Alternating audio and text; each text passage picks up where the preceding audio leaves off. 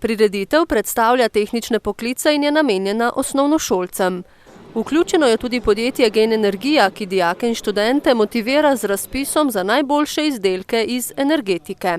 Imamo modele hidroelektrarne oziroma pravzaprav 3 hidroelektrarn, potem pa še se predstavlja tukaj regulacija moči reaktorja in pa model parne turbine. Eksponati ostajajo na ogled v svetu energije. Lani je bil glavna atrakcija Tehnogenija dijak Uroš Grivc, ki je izdelal gokart. Morda se je kdo od devetošolcev prav zato vpisal v tehnično šolo. Vpis je boljši kot lansko leto. Na določenih programih srednjega strokovnega izobraževanja smo imeli celo preveč dijakov, tako da ni bilo za vse mesta.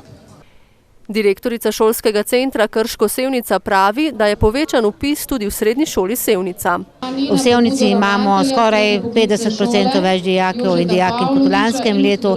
Imamo spet 2 oddelka gimnazije v Krškem tehnične gimnazije, pa tudi vpis na srednji poklicni in strokovni šoli je višji kot je bil v lanskem letu, tako da smo te svoje cilje, ki smo si jih lani zastavili na tem področju, tudi letos uresničili. Prireditev Tehnogenij je, pravi ravnatelj Pavlovič, na Krško srednjo šolo med dijake in učitelje vsekakor prinesla več ustvarjalnega vzdušja.